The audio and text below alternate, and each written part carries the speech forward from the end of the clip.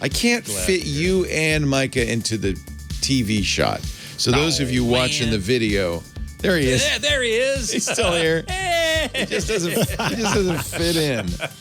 I need one of those iPhone wide-angle cameras.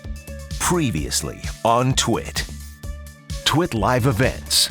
How Apple became a $1 trillion company and lost its soul. Our guest is the author Tripp Mickle.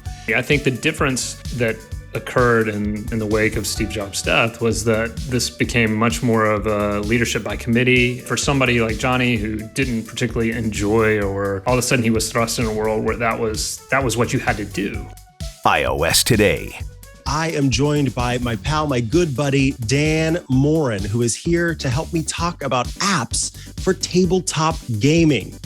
Security Now. When a ransomware gang gets so big for their britches that they suggest that perhaps a government which is refusing to pay their ransom should be overthrown.